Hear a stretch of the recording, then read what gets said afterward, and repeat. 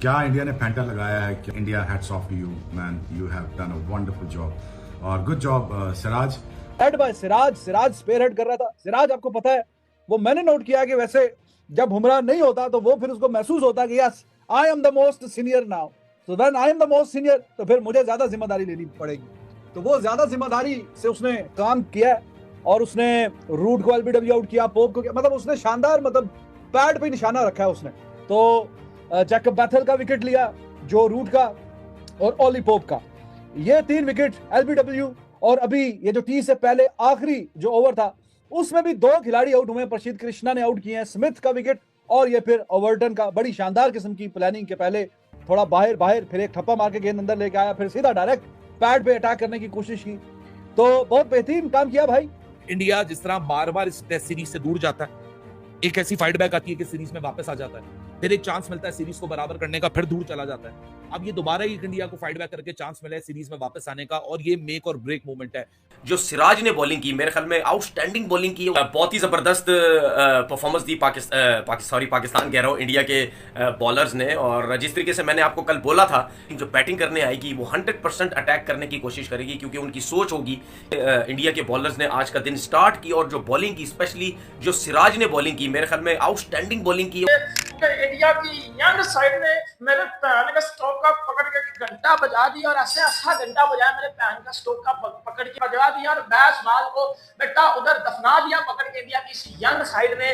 और किधर गए वो टट्टू उठाने, सबको चप्पल निकलना बाहर, अब वो टट्टू उठा रहे, किधर गए तो भौंक रहे थे कि जी वो जी बुमराह को नहीं खिलाया तो देखना कि इंडिया ये मैच भी हार जाएगा, जी इंडिया ये कर देगा, जी इंडिया वो कर देगा। बेटा इंडिया ने आप सब के मुंह बंद कर दिए हैं ग्राउंड में। बेटा इंग्लैंड को ये बता दिया है कि बेटा चढ़ियां चढ़ियां कसते आना। तो एक बात करें सब पाकिस्तानी मीडिया क्या कह रहा है इस मैच को लेकर, तो पहले आप रिएक्शन वीडियो वॉच कीजिए। पाकिस्तान की बॉलिंग यूनिट ने परफॉर्म किया है तो सारे खाने टिक हो जाते हैं इसमें, क्योंकि मुझे लगता है कि बॉलिंग अटैक पूरा है, स्पिनिंग अटैक पूरा है। स्पिन अटैक में देखें फौरन उन्होंने वाशिंगटन सुंदर को ले आए, तो अच्छी सोच के साथ इंडिया आगे बढ़ रही है। और तो कमबैक हो गया बड़े स्ट्रॉन्ग तरीके से इंडिया की जानिब से इस मैच में। एक पहले सेशन में वो बड़ा अच्छा आगाज था इंग्लैंड का। England they must be thinking कि उनके साथ हुआ क्या है, क्योंकि इतना बेहतरीन शानदार किस्म का ओपनिंग स्टैंड मिलने के बावजूद भी कि पहला विकेट 92 रन पे जाके गिरा है, और फिर भी वो अब जिस पोजीशन पे हैं, they must be scratching their head, ये हमने किया क्या। तो जैसे मैं आपसे अर्ज कर रहा था, इससे अच्छी शानदार पिच जो है वो फास्ट बॉलर्स के लिए पूरी सीरीज में बनी नहीं। तो पहले सेशन में अगर डिसअपॉइंटिंग परफॉर्मेंस है तो इनको भी कोशिश करनी चाहिए कि 2 सेशन ये आज खेलने ना दें इंग्लैंड को। अगर बाकी के 2 सेशन में इंग्लैंड खेल गया तो फिर तो 100 रन की लीड ऊपर चली जाएगी। तो इन्होंने इंडिया के जो bowlers led by Siraj, Siraj spare head कर रहा था। सिराज आपको पता है, वो मैंने नोट किया कि वैसे जब बुमराह नहीं होता तो वो फिर उसको महसूस होता कि yes I am the most senior now, so when I am the most senior तो फिर मुझे ज्यादा जिम्मेदारी लेनी पड़ेगी। तो वो ज्यादा जिम्मेदारी से उसने काम किया और उसने रूट को एलबीडब्ल्यू आउट किया, पोप को किया, मतलब उसने शानदार, मतलब पैड पे निशाना रखा है उसने। तो जैकब बैथल का विकेट लिया, जो रूट का और ओली पोप का, ये 3 विकेट एलबीडब्ल्यू। और अभी ये जो टी से पहले आखिरी जो ओवर था उसमें भी 2 खिलाड़ी आउट हुए, प्रसिद्ध कृष्णा ने आउट किए हैं, स्मिथ का विकेट और ये फिर ओवर्टन का। बड़ी शानदार किस्म की प्लानिंग के पहले थोड़ा बाहर बाहर, फिर एक ठप्पा मार के गेंद अंदर लेके आया, फिर सीधा डायरेक्ट पैड पे अटैक करने की कोशिश की। तो बहुत बेहतरीन काम किया भाई। हमने यही अर्ज किया था पिछले सेशन में कि आप ये लंच ब्रेक में जाएं, जरा थोड़ा सा कोई रिफ्रेश हो, कोई आपस में बातचीत करें, कोई प्लानिंग करें, किस ठप्पा कहां पे करवाना है, किस एरिया में बॉलिंग करवानी है, और थोड़ा सा कम बैक करने की कोशिश करें। अगर ये जो सेशन बहुत अच्छा अब इंडिया के लिए रहा है, अगर ये सेशन इवन भी अगर रहता तो इंग्लैंड गेम में आगे था। आपको पता ही है 116 पे एक खिलाड़ी आउट था जब लास्ट में आपको मुलाकात हुई थी। तो बहुत जरूरी था इंडिया के लिए, if they want to make a stage a comeback in this match, they needed to take wicket and they take plenty of wickets. ये बात तो तय हो चुकी है कि इंडिया और इंग्लैंड की जो ये टेस्ट सीरीज है, जिसको एंडरसन तेंदुलकर का नाम दिया गया, इस सीरीज में कोई भी क्लियर विनर नहीं है, क्योंकि एक सेशन में अगर एक टीम ऊपर होती है तो अगले सेशन में एक टीम वापसी कर लेती है। पिछले सेशन में इंग्लैंड तो ऐसी ऊपर थी कि 16 ओवर में 109 रन उन्होंने दाग दिए थे और सिर्फ 1 विकेट उनकी खोई थी।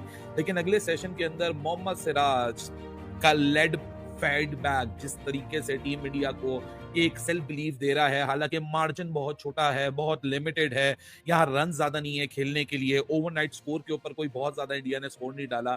आई विश, जिस तरह मैं बोल रहा था कि 275 अगर इंडिया किसी तरह कर लेता तो ये बहुत गेम में सक आगे होता। लेकिन वेल एंड ट्रूली अगर मैं 109 रन के ऊपर देखूं कि जो टीम 16 ओवर में 109 रन खा के बैठी हुई थी, उस टीम ने बड़ा जबरदस्त किस्म का फाइट बैक कर दी। लेकिन Mohammed Siraj, oh my man, oh you beauty, कमाल की बॉलिंग, क्या spirited fight back. 5 test match खेल के बंदा बैठा हुआ है, थकने का नाम ही नहीं ले रहा। और मजे की बात तो तब है कि जब आपकी जो कमर है वो बॉल से लग जाए, आप बिल्कुल कॉर्नर हो जाओ, गेम में बेबस नजर आना शुरू हो जाओ।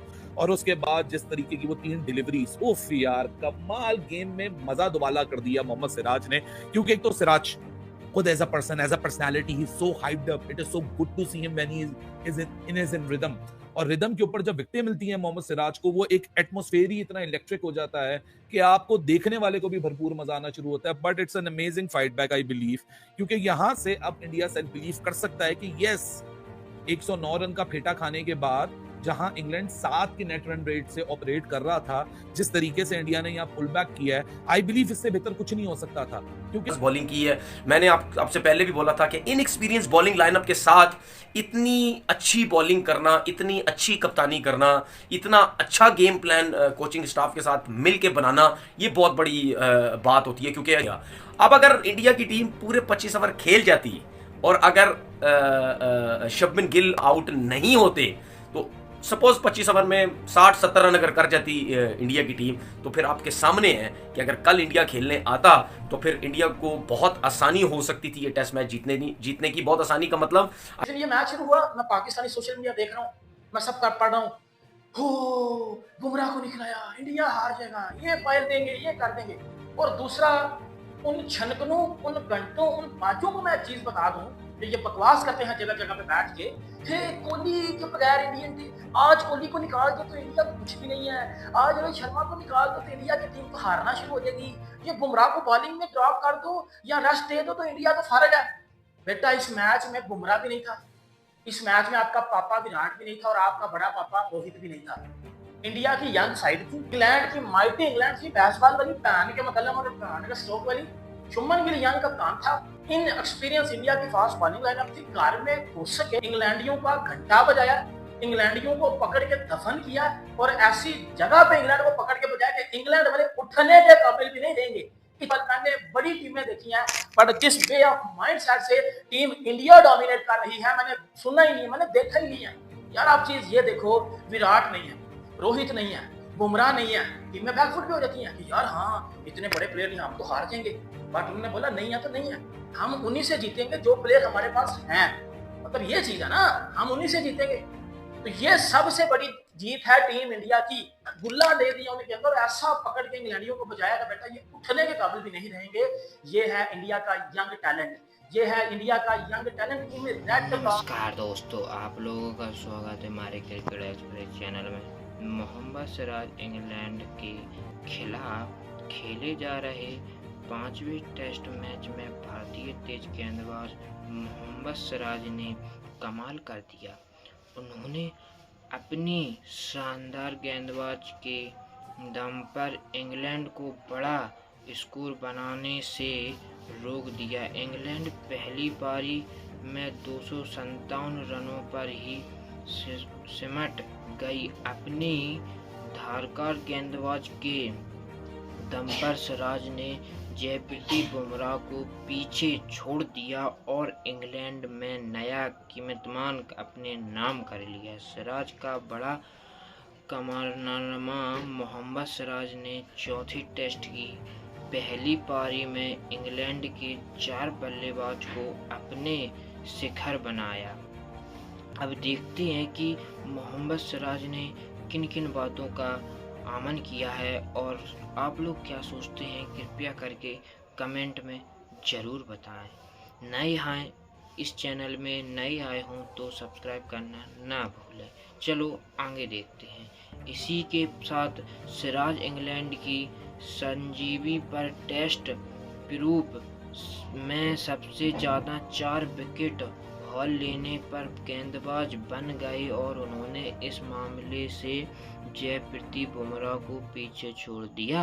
सिराज अब इंग्लैंड की धरती पर 6 बार 4 विकेट हॉल ले चुके हैं, जबकि जयप्रीत के नाम 5 बार 4 विकेट हॉल हैं। और ख़ास बात यह है कि उन्होंने यह उपलब्धि केवल 19 पारियों में हासिल की है। 19